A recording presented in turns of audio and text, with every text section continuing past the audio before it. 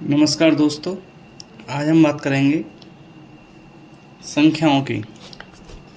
तो संख्याओं का परिचय देंगे कुछ। तो संख्याओं में सबसे पहले हम पढ़ते हैं प्राकृतिक संख्या। प्राकृतिक संख्या हम पढ़ेंगे। प्राकृतिक संख्या। तो प्राकृतिक संख्याओं में हम पढ़ते हैं कि जिन संख्याओं का प्रयोग जिन संख्याओं का प्रयोग गिनने में किया जाता है। किसमें किया जाता है बेटा? गिनने में किया जाता है। गिनने में किया जाता है। नेचुरल नंबर, नेचुरल बोल सकते हैं, प्राकृतिक संख्या बोल सकते हैं। नेचुरल नंबर या प्राकृतिक संख्या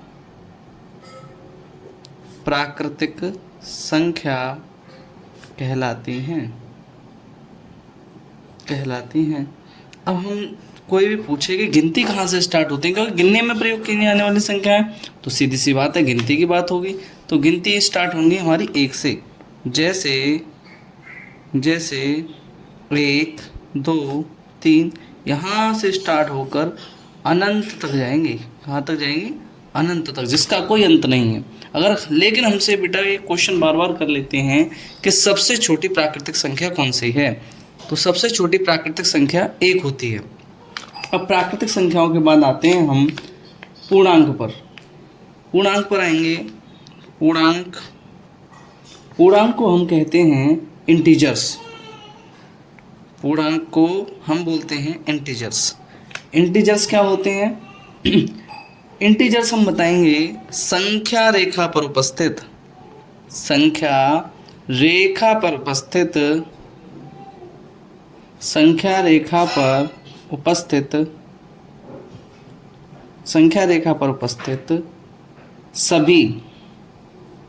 सभी संख्या। अब संख्या रेखा पर कौन कौन सी संख्याएं आती हैं?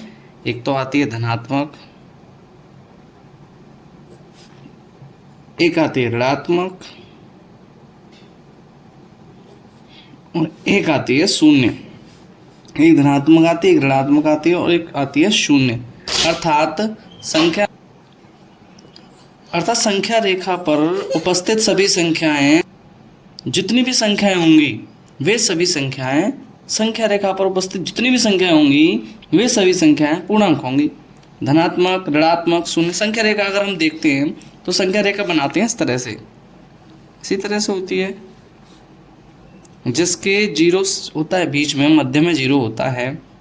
यहाँ से प्लस का 1, यहाँ प्लस का 2, प्लस का 3, प्लस का 4 और इधर माइनस का 1, माइनस का 2, माइनस का 3, माइनस का 4। तो हम पूर्णांकों में जैसे में उदाहरण दे दें तो संख्या रेखा पर देखो, यहाँ से आगे चलेंगे तो अनंत तक जाएगी ये। इसी तरह से इधर की ओर आगे चलेंगे तो माइनस भी अनंत तक जाएगा। तो क्या लिख सकते हैं? जैसे -10, -8, 0, प्लस के 5, प्लस के 6, ये सभी क्या हैं बेटा? पूर्णांक हैं। सभी क्या हैं? पूर्णांक हैं। अब बात करते हैं हम, पूर्णांक हो गया। अब बात करते हैं, ये इंटीजर्स हो गए हमारे। अब इंटीजर्स के बाद बात करते हैं हम पूर्ण संख्याओं की। पूर्ण संख्या जिसे हम होल नंबर बोल देते हैं। अब होल नंबर किसे कहेंगे? प्राकृतिक संख्याओं के समूह में, प्राकृतिक संख्याओं के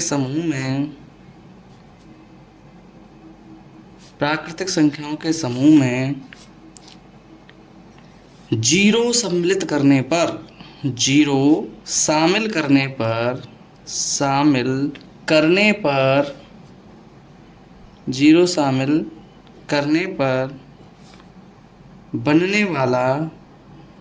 बनने वाला संख्याओं का समूह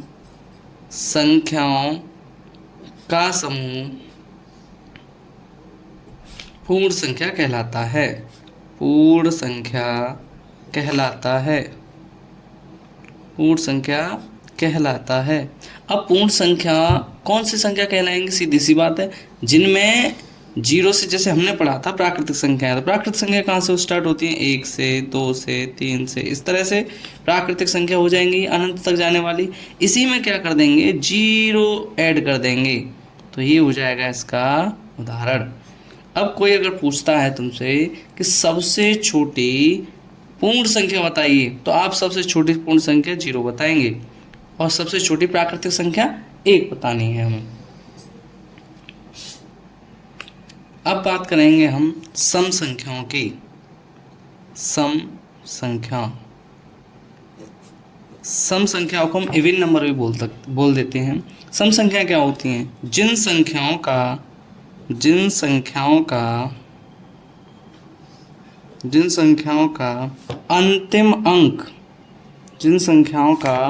अंतिम अंक या तो 0 होना चाहिए, या 2 होना चाहिए, 4 होना चाहिए, 6 होना चाहिए, या 8 होना चाहिए। जिन संख्याओं का अंतिम अंक 0, 2, 4, 6, 8 हो, वे सभी संख्या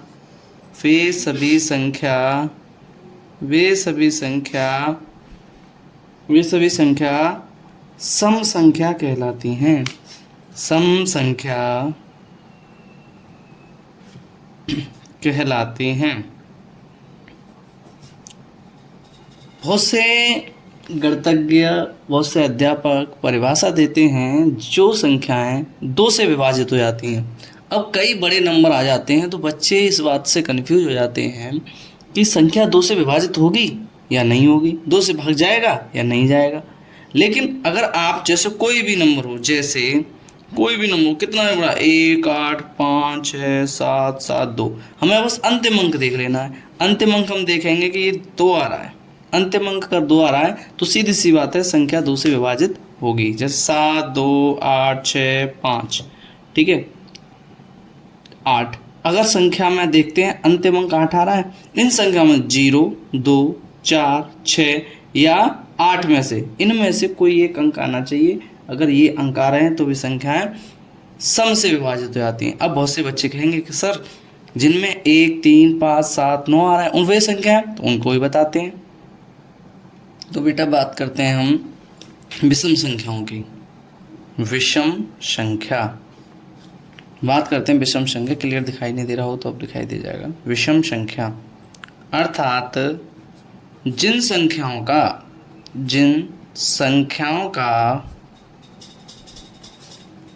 अंतिम अंक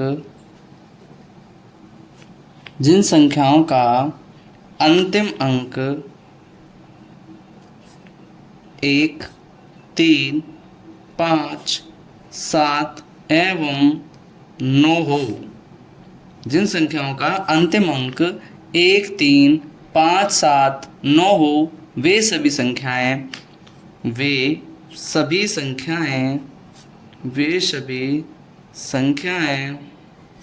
क्या होती हैं, विषम संख्या होती हैं। विषम संख्या होती हैं। जैसे 8, 5, 7, या इसमें अंतिम अंक 7 आ रहा है, तो हम सीधी सी बात है ये संख्या विषम संख्याएं होंगी। परिभाषा वो भी ठीक है। जो संख्याएं हमारी 2 से पूरी तरह विभाजित हो जाती हैं सम संख्या कहलाती है, 2 से पूरी तरह विभाजित नहीं होती हैं विषम संख्या कहलाती हैं। अब इसमें कोई भाग देने की जरूरत नहीं है, बस अंतिम अंक चेक करके आप बता सकते हैं कि संख्या सम है या विषम है। आगे बढ़ते हैं। इसे मान लेते हैं 8529। सीधी सी बात है, इसमें पीछे 9 आ रहा है। अब जब 9 आएगा तो संख्या कैसी हो जाएगी, विषम संख्या हो जाएगी। आगे हम पढ़ते हैं, सम संख्या हो गई, विषम संख्या हो गई है। अब आते हैं, बच्चों को कन्फ्यूज होता है बहुत सारा भाज्य और अभाज्य में। तो भाज्य संख्या कौन सी होती हैं और अभाज्य संख्या कौन सी होती हैं। तो पहले पढ़ते हैं भाज्य संख्या। भाज्य संख्या का मतलब होता है, भाज्य संख्या को हम बोलते हैं कंपोसाइट नंबर, या बहुत से बोल देते हैं कंपोजिट नंबर। तो आप कंपोजिट नंबर या कंपोसाइट नंबर में पढ़ सकते हैं कि भाज्य संख्या क्या होती हैं। तो ऐसी सभी संख्या जो 1 और स्वयं के अतिरिक्त या अलावा कह देते हैं, अलावा किसी और संख्या से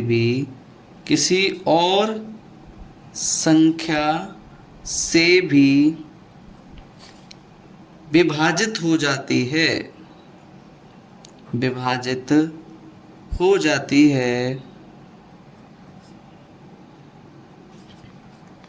भाज्य संख्या कहलाती है, भाज्य संख्या कहलाती है। ये आपको 6 से लेके 8th से लेके 12th तक कोई भी अध्यापक कोई भी एग्ज़ाम कभी भी पूछ लेता है कि भाज्य नंबर, अभाज्य नंबर, सम संख्याएं, विषम संख्याएं, परमेय संख्याएं, अपरमेय संख्याएं, प्राकृतिक संख्याएं। तो ये संख्या की दृष्टि से चैप्टर काफ़ी इम्पोर्टेंट है, आप इस चैप्टर को देखिएगा। तो भाज्य संख्याएं क्या होती हैं? भाज्य संख्याएं वे सभी संख्याएं होती हैं, या आप सीधा समझ सकते हैं, जो अपने और एक के पहाड़े के अलावा किसी और पहाड़े में भी आ जाएं, वे सभी भाज्य नंबर होते हैं। जैसे 4, 6, 8 उदाहरण के लिए मान लेते हैं। देखो 4 एक के पहाड़े में तो आएगा ही, 4 के पहाड़े में भी आएगा, लेकिन 2 के पहाड़े में भी आता है। 6 एक के पहाड़े में भी आता है, 2 के पहाड़े में भी आता है, 3 के पहाड़े में भी आता है। अर्थात जो अपने पहाड़े, एक के पहाड़े के सिवा किसी और पहाड़े में भी आते हैं, तो वे सभी नंबर क्या कहते हैं? भाज्य नंबर कहलाते हैं। वे सभी संख्याएं भाज्य संख्याएं कहलाती हैं। अब आते हैं हम, और भी संख्याएं हो सकती हैं, 10 मान लेते हैं आप, 12 मान लो, 14 मान लो, ... कई सारी संख्याएं होती हैं, ठीक है। लेकिन आप सम संख्याएं, सारी सम संख्याएं मत कह देना कि सभी सम संख्याएं भाज्य नंबर होते हैं। नहीं, 2 सम संख्या है लेकिन भाज्य नंबर नहीं है, क्योंकि 2 अपने पहाड़े और एक के पहाड़े के सिवा किसी में नहीं आती। अब हम पढ़ते हैं अभाज्य नंबर, अभाज्य संख्या, अभाज्य नंबर। इसको हम बोल देते हैं, अभाज्य नंबर को हम बोलते हैं प्राइम नंबर। अर्थात प्राइम नंबर कौन से होते हैं? वे सभी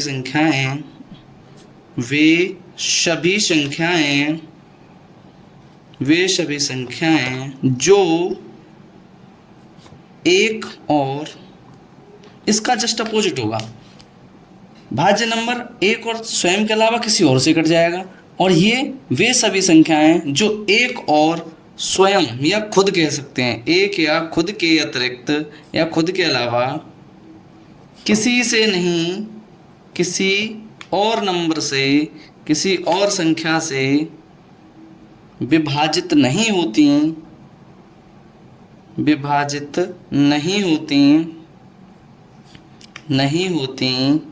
क्या कहलाती हैं? अभाज्य संख्या कहलाती हैं, अभाज्य संख्या कहलाती हैं।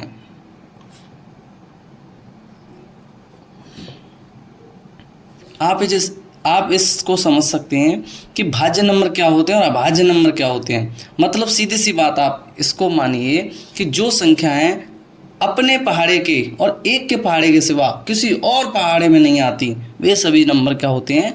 अभाज्य नंबर होते हैं। जैसे आप मानिए 2। अब कहेंगे आप सर 2 तो सम संख्या आ गई।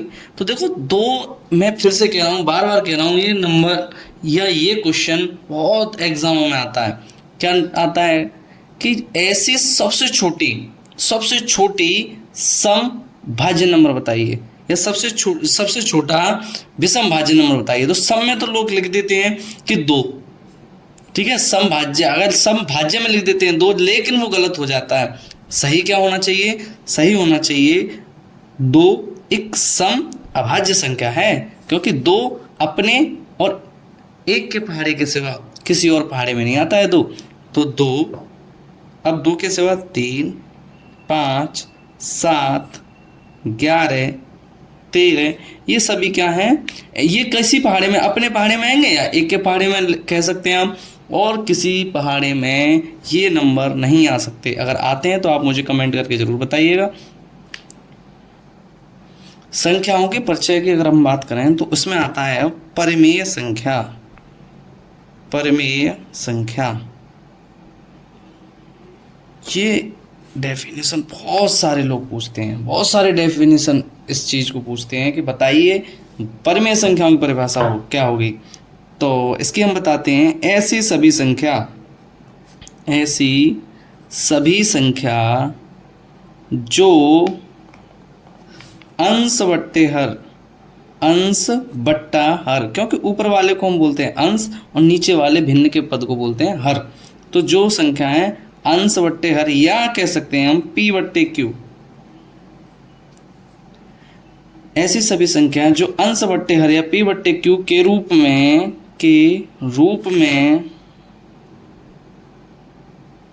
लिखी जाती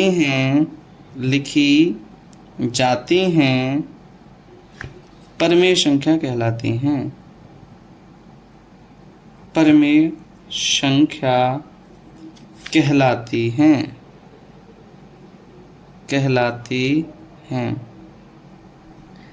बेटा ये परिभाषा तो प्रॉपर है, लेकिन उसके बाद आपको एक चीज और छोड़नी पड़ेगी यहाँ पे, जहां क्या नहीं होना चाहिए, जहां हर कभी भी शून्य के बराबर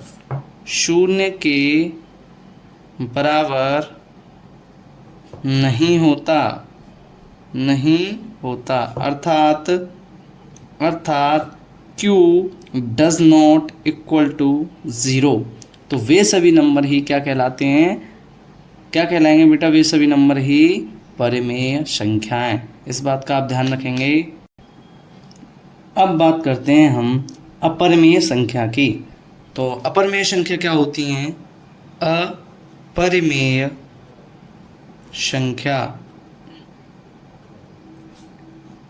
संख्या होती हैं। अब हम बात करेंगे अपरिमेय संख्याओं की। तो अपरिमेय संख्या क्या होती हैं? वे सभी संख्याएं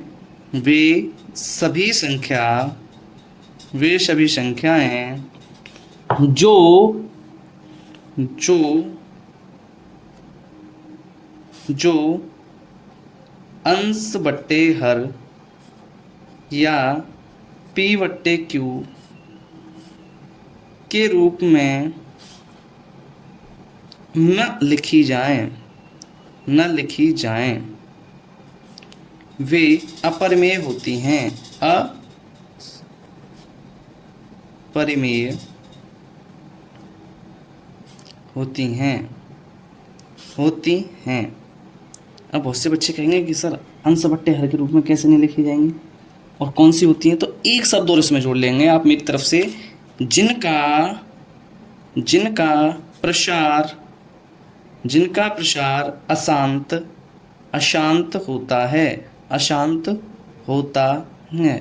अर्थात अगर हम किसी संख्या में ऐसी संख्या का भाग कर दें जिसमें क्या हो, वो कभी शांति ना हो, मतलब उसका शेषफल 0 नहीं आता, तो वे अपरिमेय संख्या होती हैं। जैसे √2 अगर हम बात करेंगे, तो √2 को आप किसी भी किताब में, किसी भी और अन्य बुक में पढ़ेंगे, तो ये कभी भी वो नहीं होता। अपरिमेय संख्या में √2 का मान कभी भी शांत नहीं होता, चलता ही जाएगा, कितनी भी करते चलो चलता ही जाएगा। √3, √5, कुल मिला के ये बात कीजिए, जिनका अंडर आप नहीं निकाल सकते वे सभी अपरिमेय संख्याएं हो जाती हैं। अब बात करते हैं हम, देखो भाज्य हो गया, परिमेय संख्या होगा। अब आती है बात वास्तविक संख्याओं की। अब बात करेंगे हम वास्तविक संख्याओं की। वास्तविक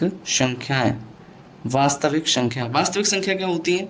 वास्तविक संख्या वे नंबर होते हैं, उनको वास्तविक संख्याओं को अंग्रेजी में रियल नंबर भी बोल देते हैं। तो सीधी सी बात है, परिमेय, अभी हमने पढ़ा था परिमेय संख्या एवं अपरिमेय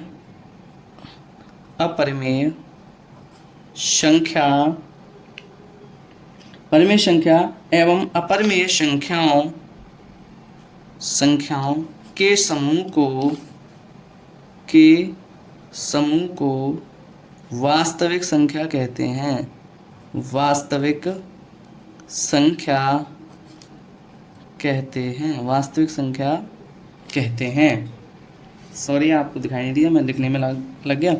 तो परिमेय संख्या एवं अपरिमेय संख्याओं के समूह को वास्तविक संख्या कहते हैं। जैसे अगर हम बात करें तो 5 प्लस √7, ये हो गया उदाहरण हमारा, जिसमें देखो 500, वैसे अगर हम ध्यान से देखेंगे तो 5 हमारी परिमेय संख्या है, लेकिन √7 अपरिमेय संख्या है। यहाँ पर अगर हम मान के चलें 2 प्लस √5, तो ये हमारी क्या है, अपरिमेय संख्या है। तो आप कभी भी इस चक्कर में नहीं पड़ेगा कि परिमेय अपरिमेय संख्या क्या होती है। देखो यहाँ पे ये परिमेय हो गई, ये अपरिमेय हो गई। अब परिमेय और अपरिमेय जब दोनों एक साथ लिखी जाएं मिलाकर, यानी सम्मिलन समूह हो, तो उसे हम क्या कहेंगे, वास्तविक संख्या या रियल नंबर।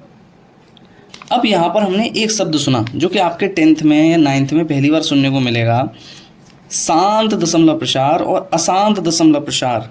तो शांत दशमलव प्रसार, शांत दशमलव प्रसार का सीधा सीधा मतलब यही है, कोई भी संख्या शांत दशमलव प्रसार तब होगी जब परिमेय संख्याओं के हर 2 की घात n और 5 की घात m, अर्थात जो जितनी भी संख्या होंगी उनके अगर हम हर का भाग अगर अंश में कर दें, हर का भाग अगर अंश में कर देंगे तो संख्याओं का जो शेषफल आएगा वो 0 आ जाए तो वो शांत हो जाएंगी। सीधी सी बात है।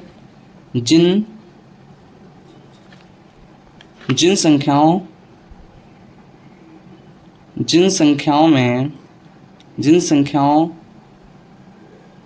में हर से भाग करने पर, हर से अंश में भाग करने पर, अंश में भाग करने पर शेषफल 0 प्राप्त हो, शेषफल 0 प्राप्त हो,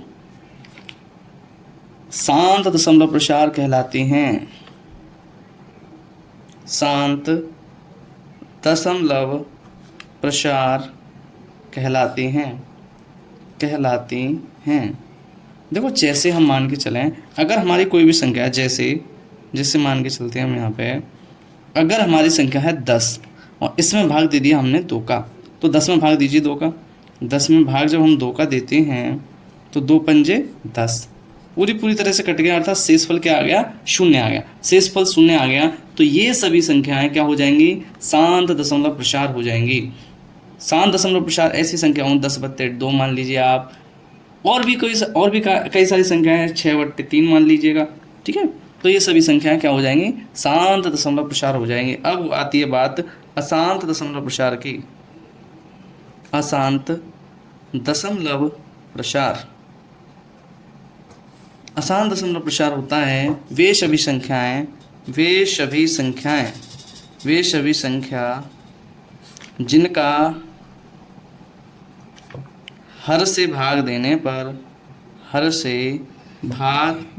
पर शेषफल 0 नहीं मिलता, शेषफल 0 नहीं मिलता, अशांत दशमलव कहलाते हैं। अशांत दशमलव प्रसार कहलाती हैं।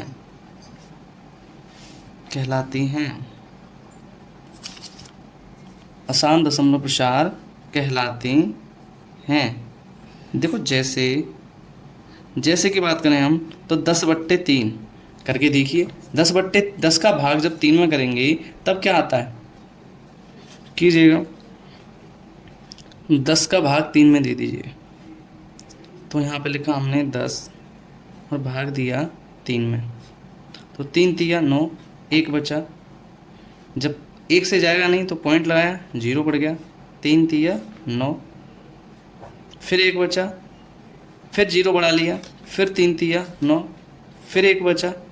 आप कितना भी करेंगे, मतलब कुल मिला के ये अशांत रहेगा, शांति नहीं होगा। ये बार बार 3 चलता रहेगा। जब ये अशांत नहीं होगा तो क्या करेंगे हम, उसको शांत करने के लिए क्या कर देते हैं, हम इसे डायरेक्ट कह देते हैं कि भाई तू अशांत ही रहे, ठीक है। तो ये हो जाएगा हमारा अशांत दशमलव प्रसार। तो आज आपने संख्याओं के कई सारे प्रयोग पढ़े।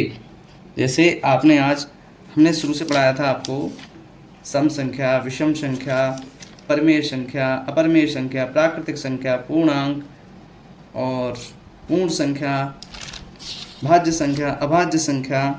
तो इन सभी का आप रिवीजन करिएगा। आशा करता हूँ, विश्वास करता हूँ कि आपको ये वीडियो ज़रूर समझ में आई होगी। जिसको भी समझ में नहीं आई हो वे वीडियो को 1 नहीं 2 बार देखें, 3 बार देखें, और तब भी समझ में नहीं आए तो आप मुझे कमेंट करें, मैं इसे और सरल तरीके से समझाने की कोशिश करूँगा। आशा है आप इस वीडियो को प्यार देंगे। इसी विश्वास के साथ राम राम।